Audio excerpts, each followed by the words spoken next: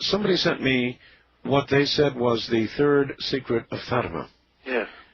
I actually read it on the air, and then I somehow lost it. If anybody out there has it, please resend it to me. Now, it's my understanding that you have taken a vow of silence or secrecy. You have read the third secret. It was shared with you. Is that correct? It was given to me to read, yes. Yes. One morning early in February 1960. And, of course, before I got it, I had to take this simple oath you always take of maintaining the secret. So the details of it I cannot communicate. I mean, the actual verbiage and expressions. Yes. If this third secret of Fátima were made public, yes, could it be the shock that the public, that the Church needs? It could be. And that is one reason why it's not published, and why it's sunk into a limbo, out of which it's not going to come easily. It would be a shock. There's no doubt about that. It would affect people in different ways, though, Art.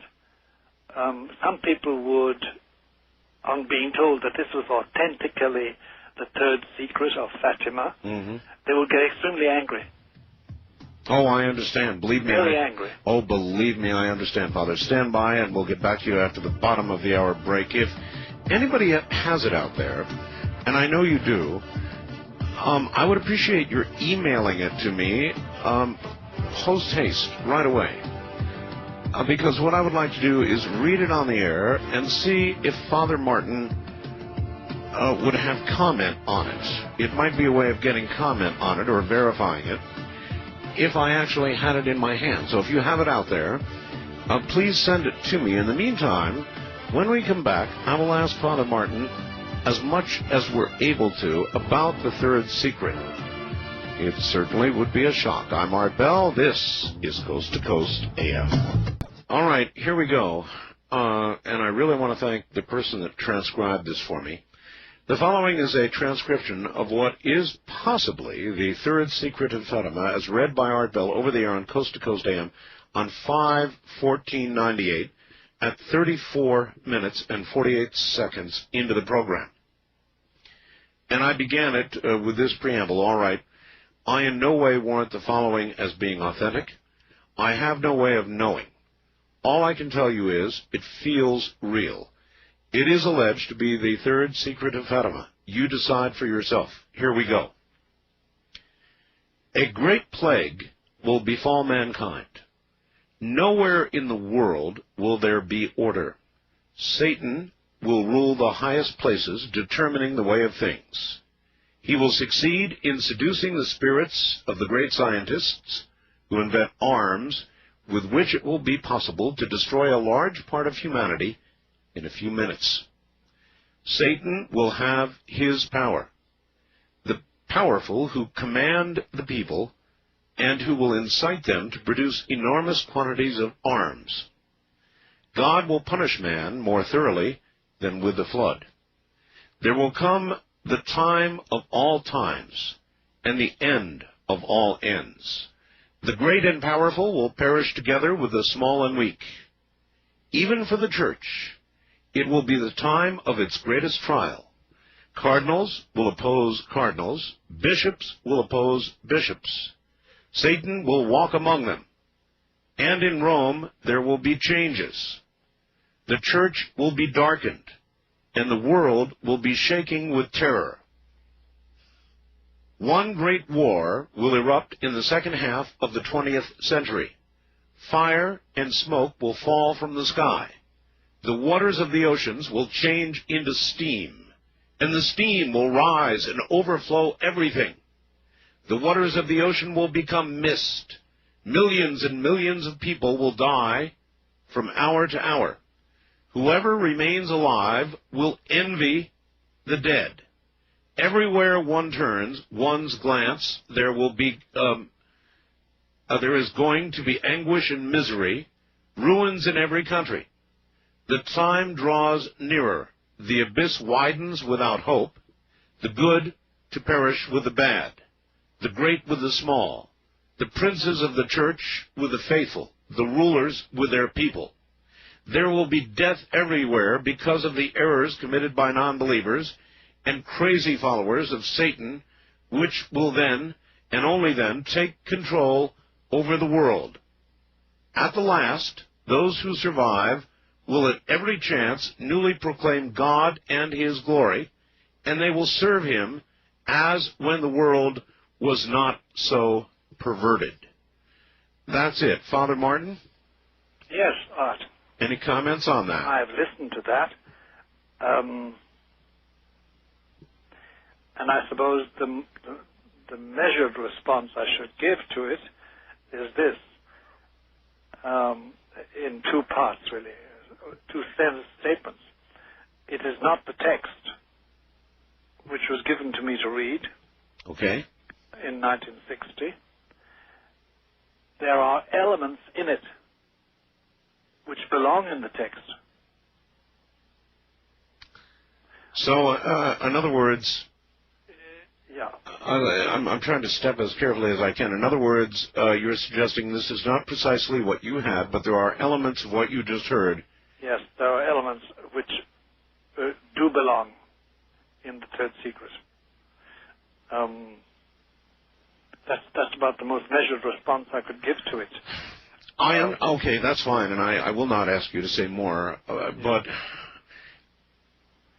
bearing in mind what I just read, yes, would you consider the Third Secret to be as traumatic as is suggested in what I read, or more so? More so. More so? More so, yeah. Much more so. Without, again, I'm stepping very carefully. Yes, sir. The central element in the Third Secret is awful, and it's not in that. It's not in that. It's not in the text. No, it's not. Now, I guess I would ask this. I understand that you have taken an oath. That's right. But have you considered that the shock that is required to turn things around may be this very serious, and that it may be that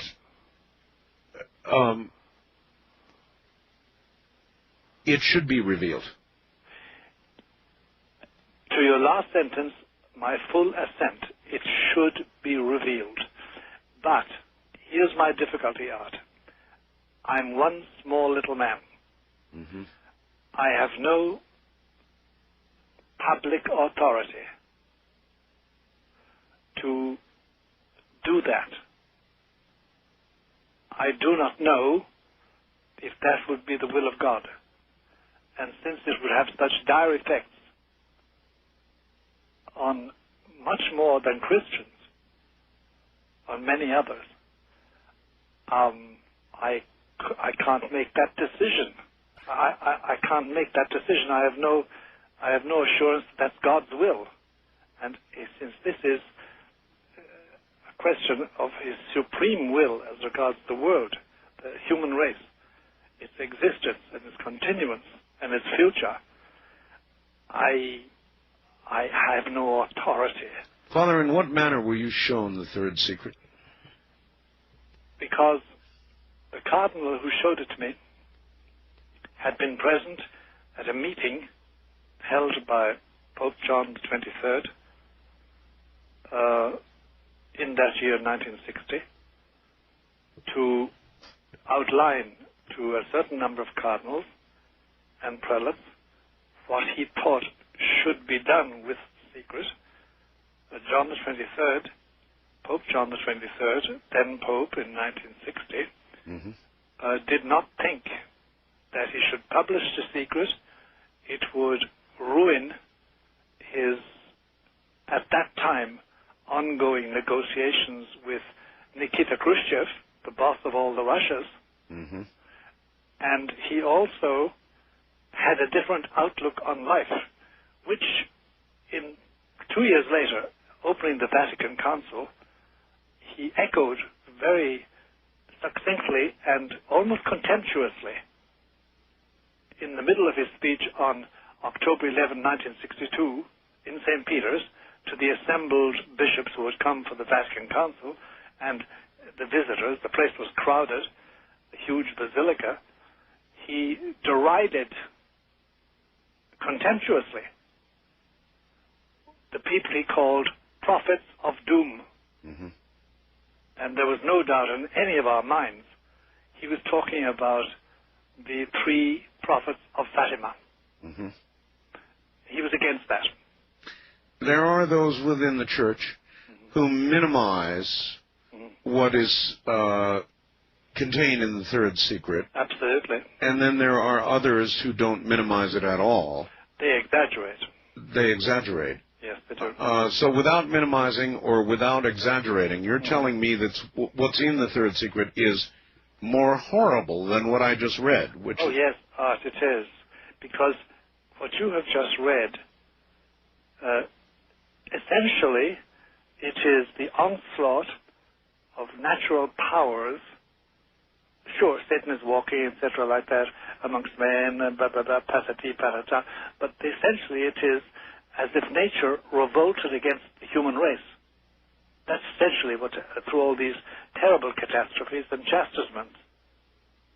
And that's not the essence of the third secret, and not the frightening one. Oof. Yeah. It does beggar the imagination. Well, again, in a sense, it would be such a shock that I understand that you have grave reservations about it. But if it would in effect right the church. Yeah. If it would, but you know, Art, I have no guarantee. I have no authority that would say, yes, the net result will be plus rather than minus. I have no authority. I have no revelation. No angel has tapped me on the shoulder. I've had no private divine dream like St. Joseph or Joseph in the Old Testament had. I have no authority. And I cannot arrogate to myself that authority, because I may be putting my foot in my mouth, put it in a mild fashion. I may be going ahead of the Lord, and we're supposed to walk, in the words of one Roman saint, 5 yards behind the Holy Ghost, the Holy Spirit. And besides that, Art, there's the question of shock, of scandal, of frightening people and polarizing my human society, to which I belong, and to which I'm happy to belong, because God made me to belong to it as a member of the human race. And I cannot do that. Not just like that. I just can't. I wish I could, because in human calculation, yes, this will shock, this will jerk people out, this will fill the confessionals on a Saturday evening, this will fill up the cathedrals and the basilicas and the churches with worshippers kneeling down, striking their breast. Maybe, because at the back of it all, there's this reigning, as it were, Catholic truth, that nothing like that can happen unless God gives the grace, and I have no authority to presume that He will give me the grace, or give the grace on the occasion of my doing a thing like that. With what, how much weight, Father, do you give to the entire Fátima revelations? I consider it to be the key event in the declining fortune of the Roman Catholic organization, and the defining event for the near future of the Church in the in the next millennium, in the third millennium. It's the defining event. All right, Father Martin, again, referring to what I read, which you said had partial echoes, relevance. Yes, relevance. Yes. Would you imagine that the person who wrote this had been privy in some way to the original text? Yes, certainly. At least by word of mouth, if not by reading. Yeah. All right, I'll say for my own edification that if anybody else has what they consider to be a valid copy of the Third Secret of Fátima, why, by all means, send it to me. And I am curious about just one thing, Father. Yes. If I actually got a copy of the precise text, Yes. and I were to read it and ask you if that was in fact correct, I would have to say yes, if it were. But do not fear. All right, bouncing back for a second to the Yes. third secret, here's a fax from Bob in Eau Claire, Wisconsin. It's kind of rough. It says, Art, why would God give this prophecy, referring, of course, to the third secret, to a select few, and instruct them not to give it to his people?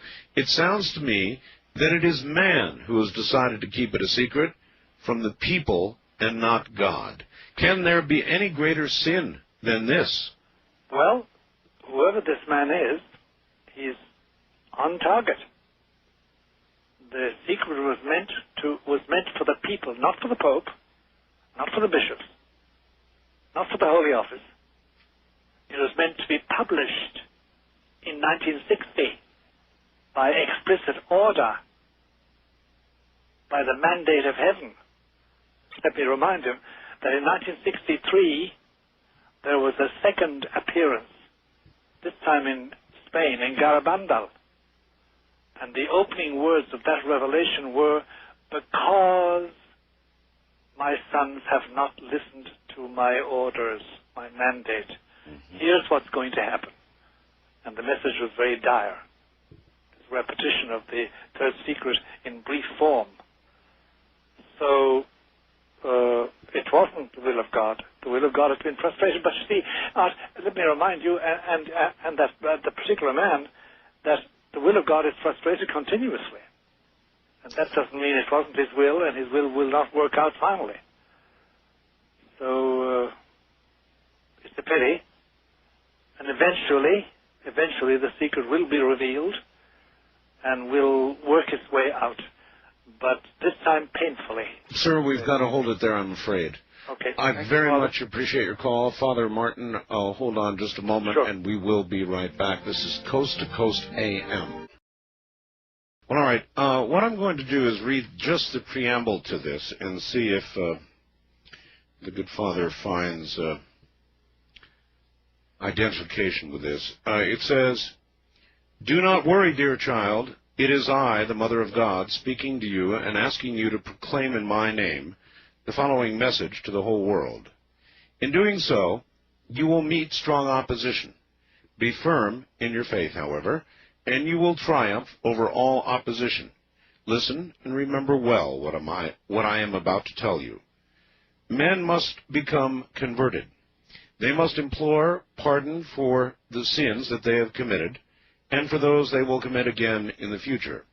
You have requested a sign by which all men would understand my utterances given to humanity through you. This miracle you have seen at this very moment. It was the great miracle of the sun. All have seen it, believers and unbelievers, peasants, townsmen, scholars and journalists, laymen and priests. And now proclaim in my name." And what follows is the secret. Does that, Father, sound familiar? There is no preamble. Well, I'm not sure preamble was the right... Yeah, or there is no introductory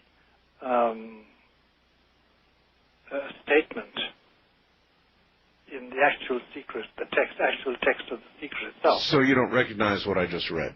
Not as a part of that one sheet of paper.